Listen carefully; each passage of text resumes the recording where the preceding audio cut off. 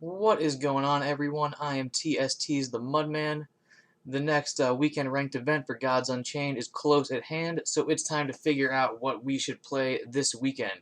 And this is a very interesting weekend because just yesterday we had a big balance patch. The top decks feature on GU decks is broken right now, so it's harder than ever to figure out what is good. And a whole bunch has changed, so let's jump right into it. First off, let's do what we always do. Today we actually have the meta popularity set for 1 day at Mythic because the balance patch was about 25 hours ago.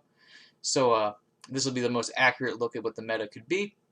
And the order of popularity is pretty much exactly the same as it has been. However, you can see Nature is at 26.4% of the meta, which is down about like 3-ish% from last week. War has plummeted to below 20%. And now Magic is at 17% of the meta at Mythic rank, so it's really encroaching on War's second place slot. So definitely expect to see way more Magic this weekend. Really expect to see way more of everything this weekend, except maybe Light, which is still pulling up the rear at right around 10% of the meta. But Magic has definitely spiked in popularity. Death has spiked in popularity. War received the majority of the nerfs from this balance set, or this balance patch, so it has fallen a lot in popularity. And Nature is still the most popular, but not as popular as it has been. So should be a fresh new weekend. Before we go into any of the specific decks I think are good, let's talk about some of the most important card changes, at least in my opinion, as of this very moment. Starting off with Finian Fruitbearer. Like I just said, Nature has been one of the most popular gods for the past at least 11 weeks, as long as we've been doing these videos. And Finian Fruitbearer is one of the strongest pieces in Nature's arsenal. It used to be a 2-mana 2/3, now it's a 2-mana 2/2. It still makes the Vibrant Fruits every single turn if you're Frenzied, so you're still going to get all those powerful fruits. It's still a good amount of stats for 2 mana. That being said, it is way, way easier to remove than it used to be, so it might not be an auto-include like it was in the past. The next nerfed card, which is arguably the biggest nerf to all of them, is Soul Survivor. Soul Survivor was a key card and the most powerful archetype from the past couple of weeks in Midrange Control War. The mana cost is exactly the same, the text is exactly the same. The only difference is instead of giving a creature +5 attack, it now gives it +3 attack. So when you put this on top of, say, like a Leviathan Hunter or a Tartessian Improviser, which are two very common combo cards with Soul Survivor, instead of dealing 7 damage, which clears pretty much everything, Guild Enforcers, Demogorgons, it'll now deal 5 damage, which will no longer kill those important creatures like Guild Enforcer or Demogorgon. That being said, it's still an incredibly powerful AoE spell. If you can combine this with, that like aforementioned Leviathan Hunter, dealing 5 damage to everything for 6 mana and a pip or 7 mana is the same as something like Inferno. Plus, you get that buffed creature that may or may not be able to attack. So Soul Survivor is definitely still strong. It's not going to single-handedly win games like it was doing for the past couple of weeks. So if you're running a mid-range control war, you're probably running Soul Survivor still, probably still 2 copies, but don't expect to just get easy wins like you've been used to. And now as far as buffed cards are concerned, the first one I want to mention is Crystal Watcher, which is a magic card. It used to be 4 mana, now it is 3. It has Order 10, and its ability is unlock a mana lock, deal 1 damage to this creature. So this guy may be able to get you 3 mana locks worth of ramp, which is crazy for 1 card. That is a ton of ramp. Especially against gods like War or Light, barring Light's Levy, gods that usually use their creatures to control the board. So the order will keep this very protected, and if you can get all 3 points of mana off of it, it's absolutely crazy. Like, that being said, it's not guaranteed ramp. If you play this and your opponent removes it, you wasted 3 mana, as opposed to something like Mana Toad where you're guaranteed to get that 1 point. But this is definitely a high impact card. Mana ramp, any mana reduction is always strong in card games, and this is potentially a whole lot of it. So keep an eye out for Crystal Watcher. Maybe think about throwing him in your ramp magic decks. And then the last buffed card that I would like to discuss is Deception's new Counterfeit. This is now 3 mana, and it reads, if your opponent has a relic equipped and you don't, destroy it and equip a copy of that relic, otherwise draw a card. So this is a huge tempo or value swing depending on the relic. If your opponent spends 5 mana on a Jagstaff and you destroy it and take it, like that's an insane amount. Really, like, any relic that you destroy and take, it just makes for a huge swing turn. Even something as minuscule as like a lambasting wand can like often be game winning. If there are relics in the meta, which spoiler alert, there are relics in the meta. In fact, a whole bunch of relics were buffed in the recent balance set. Then Counterfeit will be super good, and it's an incredibly strong card, especially considering it's just hard removal. It's not like Bronze Servant or Iron Tooth Goblin where it removes 2 or 3 durability. This doesn't care how much durability it has. It removes the relic, and you get a copy of it, which is absolutely insane. This is the best anti-relic tech in the game by far. But now that we discussed those handful of key cards, let's start jumping into the decks that you might want to play this weekend. Hold up, stop the video, I've got a huge announcement. The TST YouTube channel has officially hit 1,000 subscribers, and we are going to celebrate with a new giveaway. 10 lucky viewers will be winning $10 USD in gods. All you've got to do is subscribe to this channel, like the video, join the TST Discord so it's easier for me to contact you when you win. All you gotta do is comment on this video with your Discord ID as well as your favorite god as of right now, and you will be entered to win. We'll be picking off the winner in either this week's TS Tuesday or next week's. Ideally, I can strong arm Bonk into picking the winners. So good luck, everybody. Make sure you join the TST Discord, do all the things I said, and you'll win all the dollars. Hooray! Alright, so let's start things off with Magic. I've got a fairly aggressive Tempo Magic deck as well as a Ramp Magic deck for you guys today. Let's start off with the Tempo Magic. This is a list that I put together the other night. It's heavily inspired by J-Rock's Tempo Magic deck. In my opinion, Magic has gotten like much better in this recent balance patch. Like we've been saying every single week, Tempo Magic is a really good archetype. It's very strong. And the 2 most popular gods in War and Nature have been nerfed, so all the powerful decks that didn't get nerfed obviously get stronger. And Magic is a super powerful deck, and you know, we'll go over it again, you know, like we always do. It's capable of being very proactive and reactive, which is what makes it so great. If you're being proactive, you can have super high tempo plays in the early game with things like Assistant Alchemist in combination with something like a Shadow Scryer and or Pyramid Warden for just lots and lots of stats on turn 1. If you're being defensive, you have both of your bolts as well as your forms of power and your ancient text to control the board. Let's see, we've got tons of card draw in here. There's Palace's Wand, there's Demetrios, there's Vortmir, there's the All-Seeing Spires, which we always talk about in great detail because All-Seeing Spire is so great. It requires like a real spell or a god power over 2 turns to remove. So you're gonna draw at least 1 card, guaranteed. But you're probably gonna draw like at least 2 or 3. If you're playing against a god like War, War has an incredibly hard time removing any ordered creatures since they control the board with their blitz creatures. And Light, to a lesser extent, is very weak against All-Seeing Spire. Obviously, they have Light's Levy, which can eat it alive, but they can only run 2 Light's Levies, and you have many Light's Levy targets. So, you know, they're gonna have to decide if they want to levy that Spire.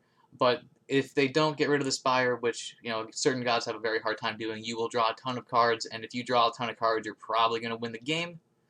We got the Miraculous Familiar, super strong, decent stats, Bless in the early game is great for controlling the Sanctum, and generating lots of resources is great for a low-curve deck like this, especially a low-curve deck that has so many cards that incentivize you playing multiple things in one turn. So you're spilling your hand a lot, which is why we have all this card draw and all this card generation. We got 2 copies of the Oni Spellsword in here. Oni is worth mentioning because, you know, everyone knows Oni is super strong. He snowballs, he gives all your stuff ward. But like you saw in the beginning of the video, War is becoming less popular and everything else is becoming more popular. And War has a really easy time dealing with Oni for the most part because of their relics as well as their blitz creatures. But the other gods have a much harder time dealing with Oni. So if you can be in a situation where you have, you know, 2 mana and a pip and your opponent's board is empty, a lot of gods have a really hard time dealing with Oni without creatures, so you can plop that down and just start snowballing. That can be compounded greatly if you maybe played Assistant Alchemist on turn 1, cheapening your ancient text, so you can pip into your Oni Spellsword on turn 2 and give him protected as well as +1 attack. That's obviously like a bit of a high roll. It's a 3-card combo that you're doing on turn 2. But, it happens relatively often. The fact of the matter is, the less popular War is, the easier it is to stick Onis in the early game, and Onis that stick in the early game go out of control. Let's see, Worm Breast, that's obvious. They trade creatures if you're playing against like creature-heavy decks. They go face if you're playing against slow decks. Monolith of the Storms, definitely the strongest card in your deck. It does a crazy amount of damage. You have tons of cheap spells in order to facilitate buffing its attack more and more and more. And like this guy's good at dishing out, double-digit damage super easily.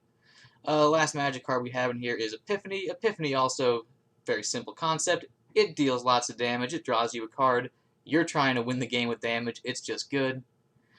We got a single copy of Iron Tooth Goblin here because there are a ton of relics floating around.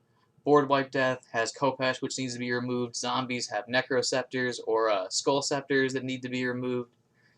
In the mirror match, Magic decks have Palace's Wand. They have Scepter of Artistry. There's even the new Magic Talisman, which is decent. Every god has had their Talisman buffed, so relic removal has been prevalent for the last couple of weeks. It is going to be just as prevalent, if not more prevalent, this week. So some relic tech is definitely a smart inclusion in your deck.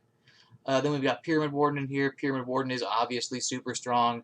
It's arguably the best 2-drop in the entire game. You have the super mega turn 1 with double Assistant Alchemist Pyramid Warden. And just, in general, if you can play a Pyramid Warden and then plop down an Oni behind him or Vortmir behind him, it's just super strong. I didn't need to explain why Pyramid Warden is good for so long. It's just an obvious one. Tempo Magic is a really good archetype. Like I said in the beginning, with Nature and War, getting generally weaker but still being very popular. This deck that did not get hurt at all but was already very powerful has, gotten even better. So Tempo Magic should definitely be in strong consideration for a deck you play this weekend. Alright, so now let's take a look at Ramp Magic. This list was made by Clutch. This deck uses the newly buffed Clear Mind God Power. For those of you who don't know, yesterday Clear Mind cost 1 mana and foresaw 1. Now it still costs 1 mana, but it foresees 2, so it is twice as good. And Clear Mind is really important for this archetype. For those of you who don't know, the general plan of this deck is to use your God Power as often as you can, with the intention of finding your Avatar of Magic. You want to find your Avatar of Magic, put it to the bottom of your deck, remember where it is, and then set yourself up for a fray on the Avatar to make it 2 mana. Avatar of Magic's effect is not only is it a 9/9 with Protected and Ward and Spell Boost +2, whenever you cast a spell you add a copy of Beam to your hand, and that copy costs 1. Beam naturally deals 3 damage to a creature as well as your opponent's god, with the +2 spell boost deals 5 damage to a creature and their god. So if you play a singular spell, you just get this infinite chain of deal 5 damage to whatever you want, and it's usually good enough to just OTK your opponent. It is super powerful, and if by chance your fray doesn't hit something like Avatar of Magic, it's still incredibly powerful with your Helion Elite as well as your Demogorgon, but your main game plan is to hit that Avatar and get them with the OTK. One thing that I guess is important to note is Clutch actually does not have a single copy of Crystal Watcher, the card we mentioned in the beginning of the video. Maybe it's an oversight. Maybe Clutch would rather have the guaranteed, mana ramp from like a Mana Toad as opposed to this between 0 and 3 mana. If you wanted to throw this in your deck, it's definitely not going to hurt. However, Clutch at least does not think it is entirely necessary. The archetype in general is really quite strong. As the name would suggest, you want to ramp. So in the mulligan, you're looking for your Sips of Elixirs, your Mana Toads, your Guardian of the Gate, as well as your decent control tools like your Bolts, like your Shadow Scryers, maybe some forms of power in there. Pyramid Warden's always great in the mulligan. So you ramp up really quickly. You have your Shape Blast for some AoE removal. Shape Blast is super strong. If your opponent doesn't have frontline stuff, then it's just a stronger version of Crystal Rain. If they do have frontline stuff, it deals a ton of damage, just a very obvious good AoE removal card. We've also got Archimedes' Mirror, which has not seen play since the last time Ramp Magic was good, which was in the summer, and Ramp Magic was very good, so you may have not seen Archimedes' Mirror much. It is an incredibly strong card. It's 6 mana, 1/6, so the stats are abysmal, but any damage this creature takes is also applied to your opponent's creatures. So it's when your opponent removes this, they're also removing their board, and it is just insanely good against nature and all of their confused stuff. Your nature opponent is going to be shaking in their boots, making their attacks, and eventually one of their dumb, overgrown rhinos is going to miss, and they're going to clear their entire board because of it. Archimedes' Mirror is super powerful AoE, definitely great in this deck. Next up, we've got Cersei, more AoE removal, and she's 7 mana, which may seem expensive, but like I said, you're ramping a ton, so you're gonna get to 7 mana very, very quickly. Her effect is she deals 3 damage to each enemy character, including your opponent. So if your opponent's at 3, Cersei can do the last hit of damage. She's also got Foresee 3, which, as we discussed, is very important because your main win condition is knowing where Avatar of Magic is to set up your fray. So foreseeing is always good. Let's see, we talked about the Avatar. The neutral slots are very simple. Pyramid Warden is big in stalls. Guild Enforcer is big in stalls. Demogorgon is what you were stalling for. Healing Elite's a win condition. All in all, this should be a great control deck.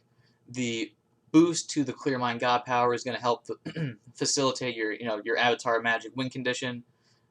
If you want to add that Crystal Watcher in here, you have a new great source of ramp. This deck definitely got a big boost from the last balance patch, and it might be good enough to be a top tier deck. Only time will tell. But that is enough of Magic. Let's jump on into Death. So moving on to Death, this is a board-wide Death deck. It is very, very similar to last week's list made by Jack High. The only difference is we took out some of the silly stuff and we put in 2 Demogorgons. I know, radical idea. 2 demos in a control deck. Amazing. I guess it's important to note that board-wide Death did technically receive a nerf. Just to nibble, it used to heal you for 7, now it heals you for 5. Altogether, this is an incredibly minuscule, barely noticeable nerf. Death already has tons and tons and tons of healing. Just to Nibble's main feature was to heal you a little bit, as well as deal 1 damage to your Siren of the Graves, so you can kill off your Siren with your Blood Ritual God Power, and Just to Nibble still does that just as well as it ever has before. And Board Wipe Death has been extremely powerful for the past couple of weeks. Just like what we said with Magic, with the 2 most popular gods getting nerfed, all the gods that aren't them have gotten better. And despite the fact that Just a Nibble is technically worse than it was yesterday, it's still just as fine as it was before.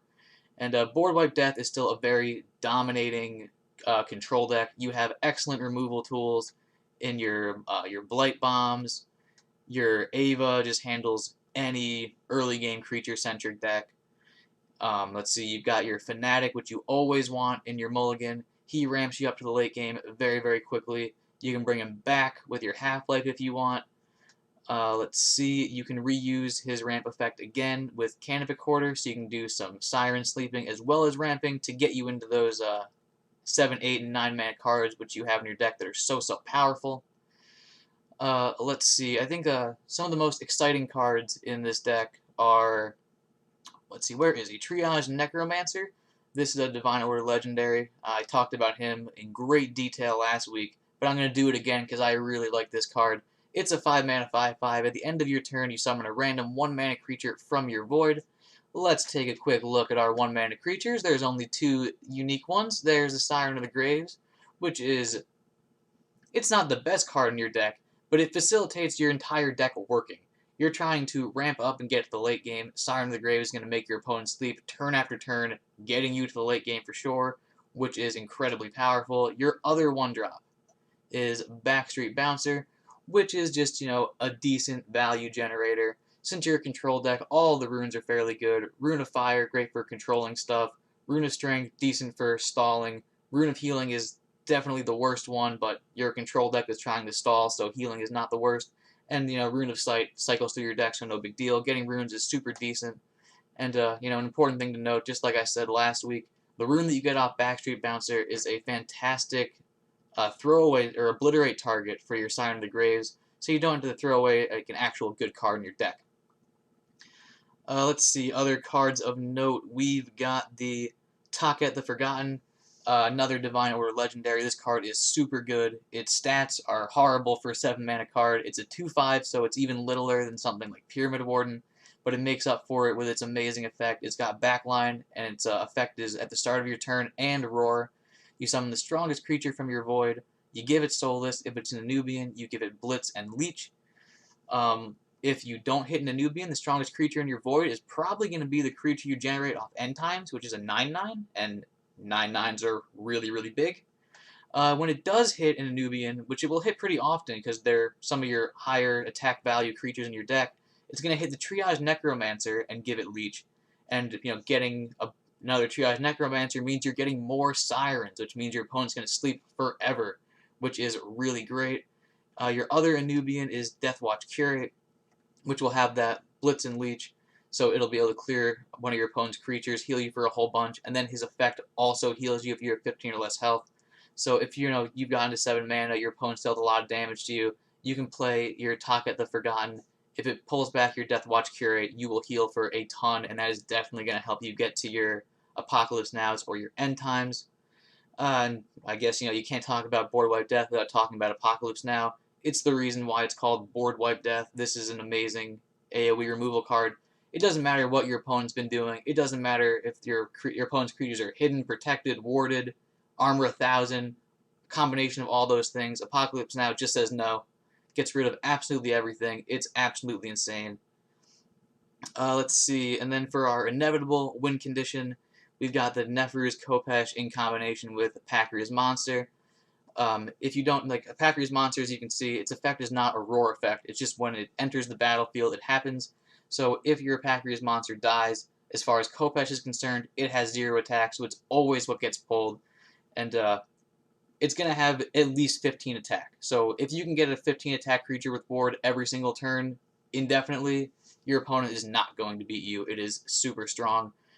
And besides that, you've got lots of healing to sustain. You've got lots of sleep. You've got the demos.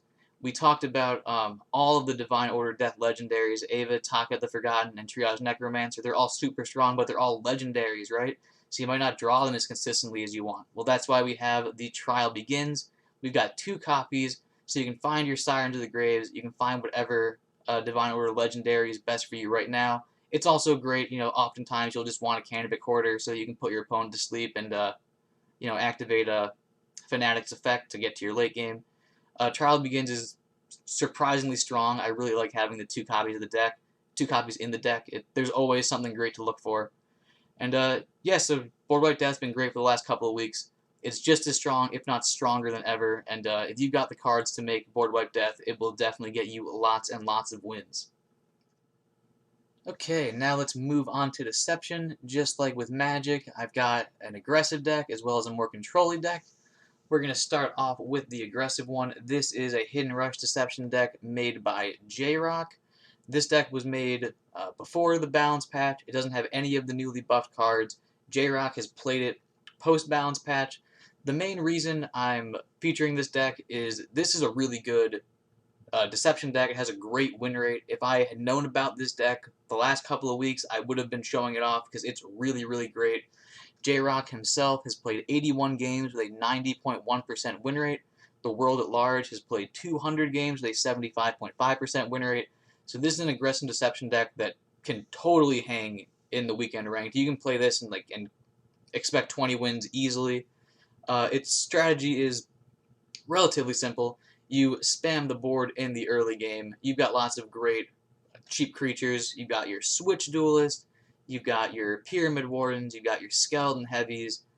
Patient Pickpocket's great in the early game, but this is not an aggressive creature. This is a value-generating creature. Orfeo is just decent. He goes wide for free. He destroys your opponent's Black Jaguars. Maybe you buff one of those aforementioned strong creatures with a Dark Knives for even more damage. I almost forgot to mention the Armor Lurker as well as the Shackled Acolyte. Both those are also very high tempo power cards in the early game. Like I alluded to with the Patient Pickpocket, we've also got some value generators in this deck. Patient Pickpocket itself not only gives you some information about what's going on in your opponent's hand, but it generates you some more resources. The Hollow generates you a guild creature, at least one guild creature indefinitely, just forever.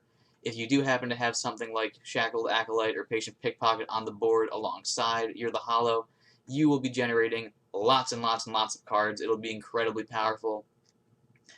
Lady Marcella goes wide, makes those afterlife creatures.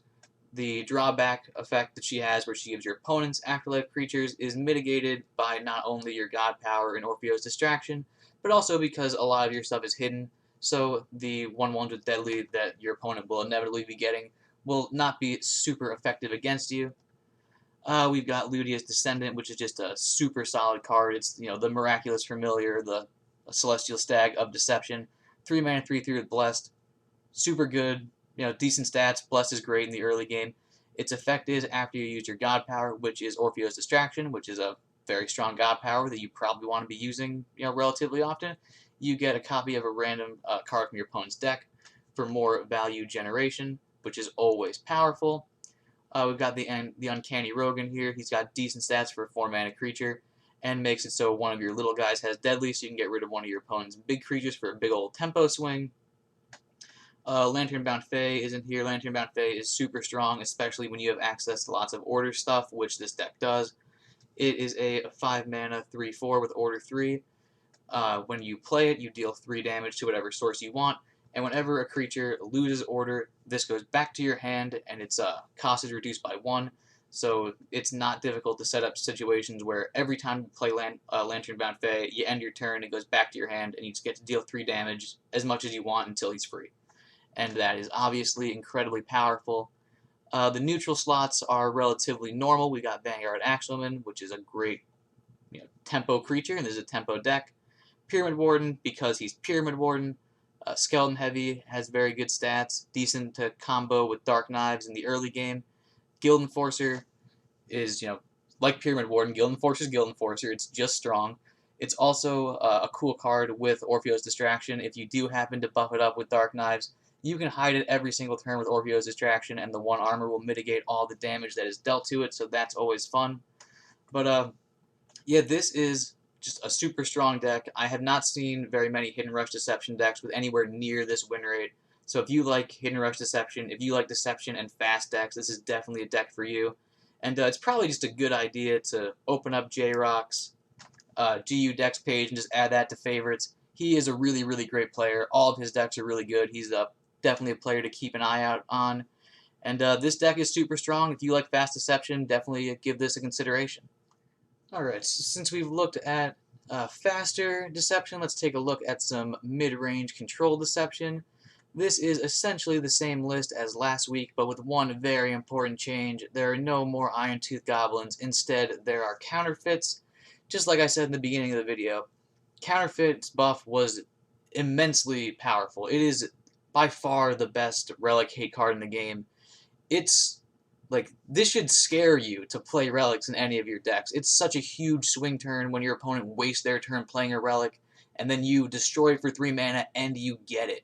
If your opponent plays something even moderately expensive, like a Jagstaff or a Nefru's Kopesh, like, that swing is absolutely insane. Not only are you taking a card that they were expecting to get lots of value from, but you destroyed it for less mana than they spent, and now you have it, which is, it's just crazy. And like I said in the beginning of the video, there's a lot of Relics. And if there's a lot of Relics, Counterfeit is just insane. This card alone, I think, is going to increase Deception's win rate like pretty substantially. But now that we've gushed about Counterfeit again, let's jump into the deck a little bit. So, like I said, this is a mid-range deck leaning towards control. We've got lots of great control tools in the deck. We've got the Stoneskin Poisons at 1 mana, which is great for destroying early game creatures as well as stalling. It also gets through front lines if you need to do that. Vanguard Axleman is a great little early game creature for some removal. We've got Hunting Trap. For Hunting Traps, you know, great removal card. Sleep Dart, very similar to Stoneskin Poison. A little bit more burn. Also great for controlling the board. We've got the 2 copies of Rapture Dance for your main board clear. You got Toast a Piece, which is like a pseudo-stally board clear.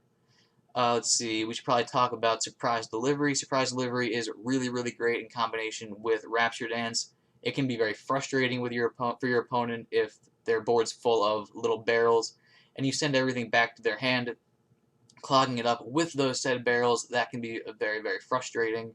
It's also incredibly powerful with your Pyramid Warden. If you have played one or both of your surprise deliveries, then chances are the majority of the creatures in your opponent's void will be barrels, so when your Pyramid Warden dies, they will get another explosive barrel, just dealing more damage to them. And also, like I said, at the beginning of the deck profile, this is a mid-range deck, so although your main game plan is to be control-y, you can be proactive in those matchups against something like Ramp Magic or Board Wipe Death, where you are being the aggressor. Then Surprise Delivery can just be 6 more damage to face, which is definitely not bad. Let's see, your primary win condition is to either run your opponent out of resources or generate a great abundance of resources yourself, usually with That Which Aches. You've got lots of great one-mana creatures in this deck. The Stone Skin we already talked about. We got the Switch Duelist. We got the Vanguard Axewoman. All those cheap cards can be played in combination with That Which Aches to make lots of little aching disciples, which not only are 3-attack creatures that can threaten your opponent, but they also guarantee that you can't lose in fatigue since they shuffle themselves back into your deck when they die. Let's see. Toast a Piece is a great facilitator for big That Which Aches turns. It makes all of your creatures that cost 1 or 2 mana free. So if you have some Pyramid Wardens, some Axewomen, some Lightfoot, some Switch Duelists on the board, playing Toast a Piece will not only stall your opponent, it's also going to greatly juice up your That Which Aches for some huge value. We've also got Jason to throw in some very powerful legendaries into your deck for more value. Jason, of course, can be combined with Toast a Piece for even more Jasons, which is even more fun. Let's see, we've got our Demonologist to help you get your demos. If you've already drawn your demos before getting the Demonologist, it's no big deal. It draws you your That Which Aches, which is another one of your win cons. But let's jump back into the value generators. Just like in J-Rock's Tempo deck, we've got the Hollow in here, which can generate you, 1 guild creature a turn for free. And a value control deck is never going to turn down free cards. It's exactly what you want. It's super powerful. We've also got Ludia's Descendant in here, so you can get cards from your opponent's deck as well as have a decent creature to help you control the Sanctum in the early game. Just a very solid card in general. All in all, this mid-range Deception archetype, it's really fun. It definitely got stronger. Not only do they have access to counterfeit, but like I've said with all the gods that aren't Nature and War, since Nature and War were the most popular and they both got nerfed, all other gods got a little bit stronger. So Deception definitely got a little bit better. They have this new super power card in counterfeit.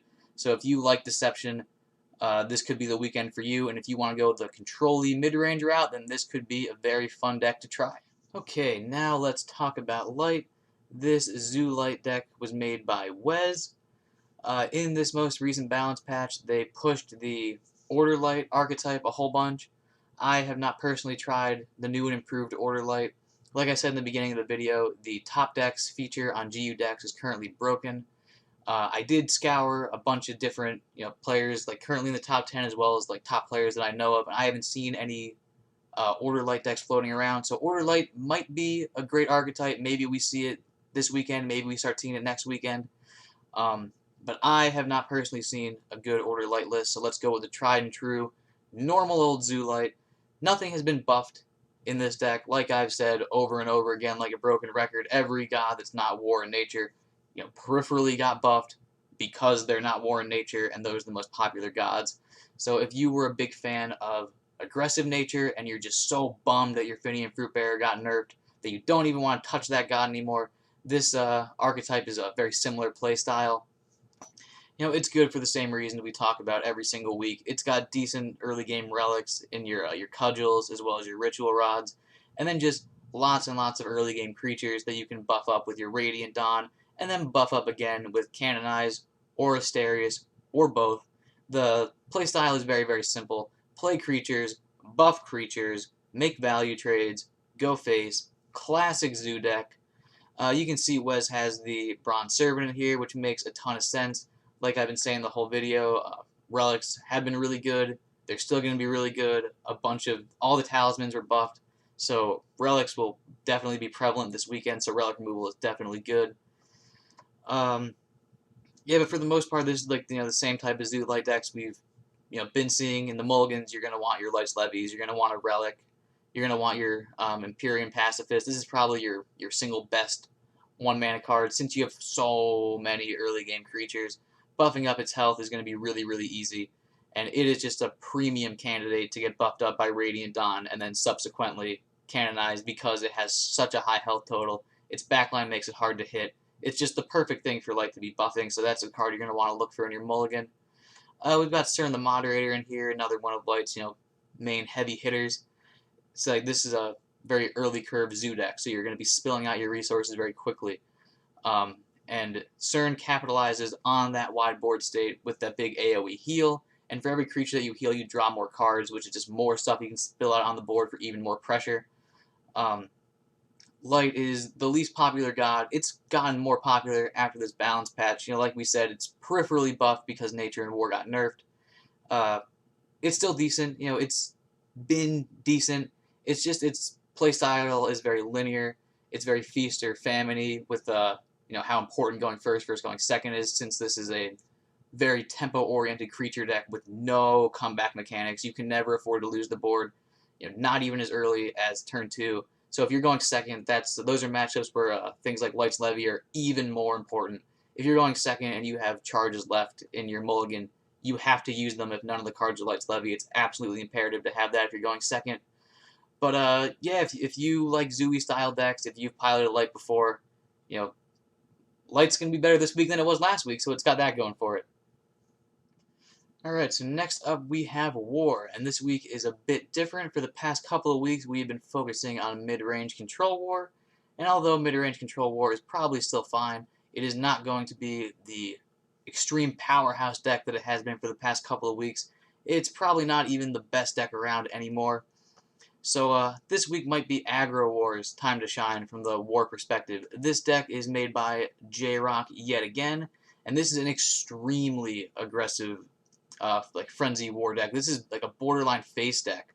Look at all of these relics in here. We've got Leviathan Hunter, 2 copies. Let's call that 2 relics. Got 1 copy of the Valka's Captain, 2 Enduring Shields, 2 Blades of Styx, 2 Scythes of the Harvest, tons and tons of relics. Oh, and of course, we have the Relic Payoff card in Sharpen. This is a card that used to see a ton of play, but has not seen any play since this newest iteration of Slayer. This creature gives one of your creatures +3 strength, as well as your relic +3 strength. And if you have never seen or played Sharpen before, if you don't have a relic, equipped currently, you can still play Sharpen and simply buff a creature. It doesn't need you to have a relic in order to work. But if you do have a relic equipped, it is a ton of damage for just 2 mana. And just like we went over, this deck has so many relics. You will definitely have a relic equipped by the time you pick up your Sharpen. Let's see, what else should we go over? Let's see, we got 2 Vicious Wrens in here, which is not the most common in these aggressive Slayer War decks, but like I said, this is extremely aggressive. I mean, look at this curve. It tops out at 4 mana with only 5 cards. Almost the entire deck is 1 or 2 mana, 20 of the 30 cards are. This deck is just, it goes wide, it goes face very, very hard. We've got the 2 Raid Revelers, as well as Adi for very decent static creatures that are hard to remove. And I guess we got to talk about how Adi was technically nerfed. Yesterday he had backline. Today he only has protected. This is a very, very minimal nerf. Adi was incredibly strong. He's still incredibly strong. He's a little bit easier to remove, but he's still an early game creature with protected. He's not easy to get rid of. And Adi is still going to be incredibly powerful. He's also a fantastic buff candidate. As you can see, we've got a copy of Another Round in here. Another Round is obviously a 4-mana card, so these protected creatures in Adi and Raid Reveler are primo targets to hit with your Another Round for just tons and tons of damage. We've got just a singular copy of Archangel Bruiser in here, which makes sense, because Archangel Bruiser was recently nerfed. As you can see, it now only has 2 health, which means it will effectively never be value trading anymore. There will be some corner cases where it attacks, zombies or badgers or marshwalkers where it gets the value trade. But for the most part, this thing's dying whenever it hits a creature. That being said, it still can, it can still get overkill very easily, which makes it very effective for clearing multiple creatures with just 1 card, which is obviously very powerful.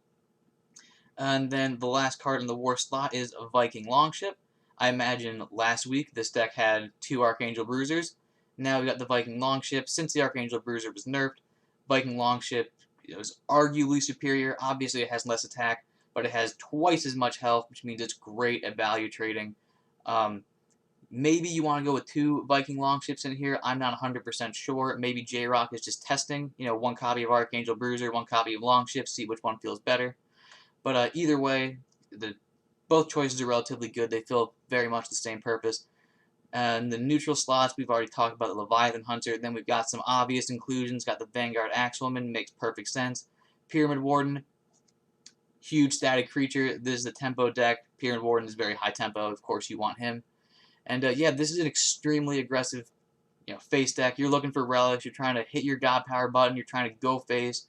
You're trying to only trade when it's like absolutely necessary. You're trying to trade to protect your high impact creatures, not just trading because you can.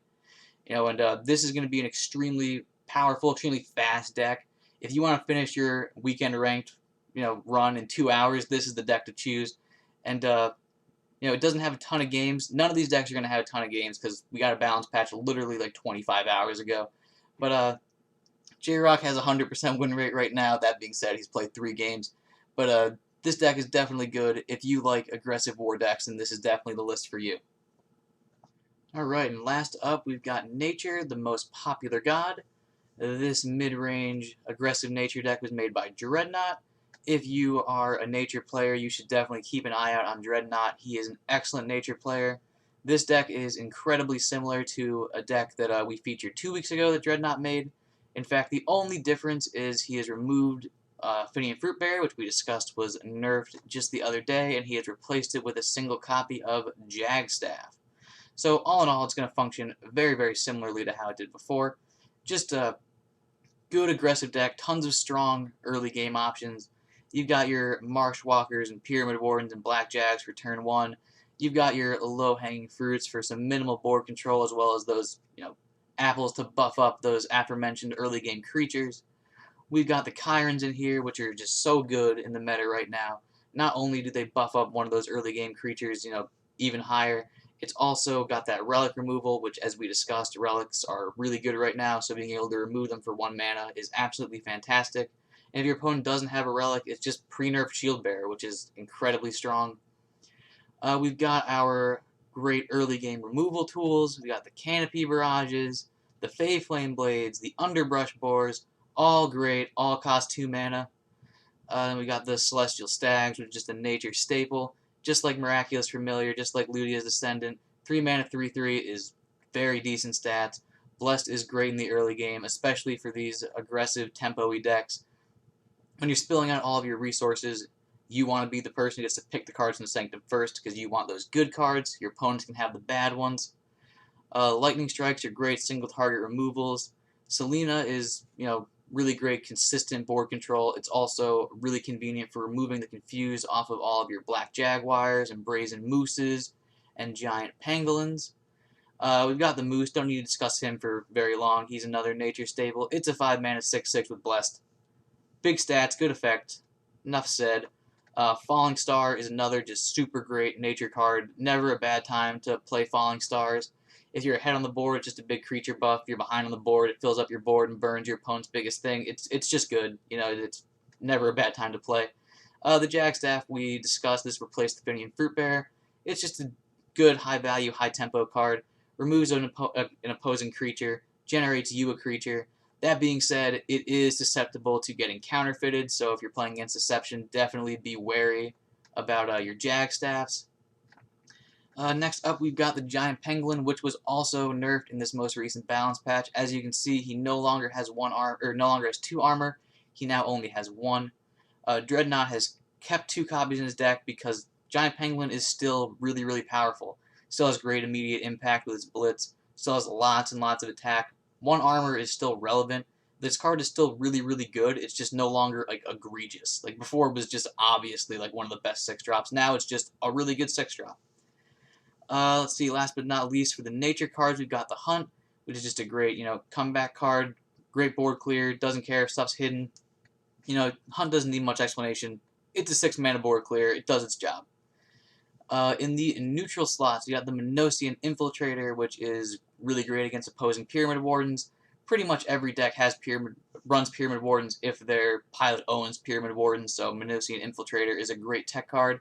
And then, of course, we have the Pyramid Warden because he is simply the best 2-mana creature, and every single deck sees 2 mana, so why not play Pyramid Warden if you've got him? Ultimately, this is a very powerful deck. Despite all the nerfs, it's not radically different than it was before. You don't have the Finian Fruitbearer for the early game high roll potential, but Finian Fruitbearer is a legendary card. Lots of you guys have played Nature. I'm sure you've played lots of games where you've never drawn Finian and had no trouble winning. So this deck is still going to perform very, very well.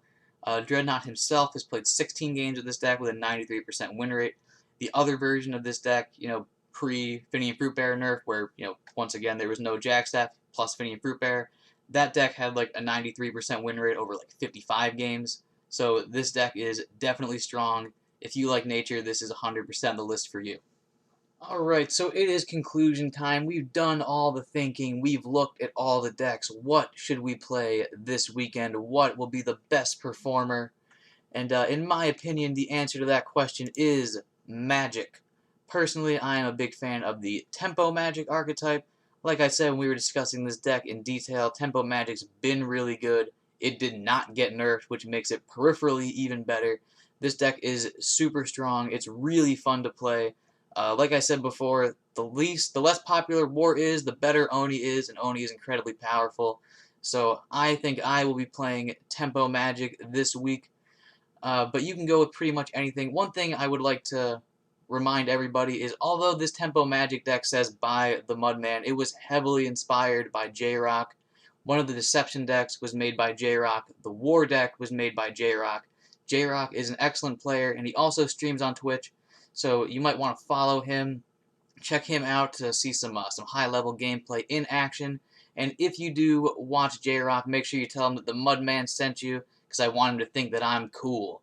But if you don't want to go with Magic, whatever you go with, make sure you have fun. Tell us how you did in the TST Discord, and have a wonderful day.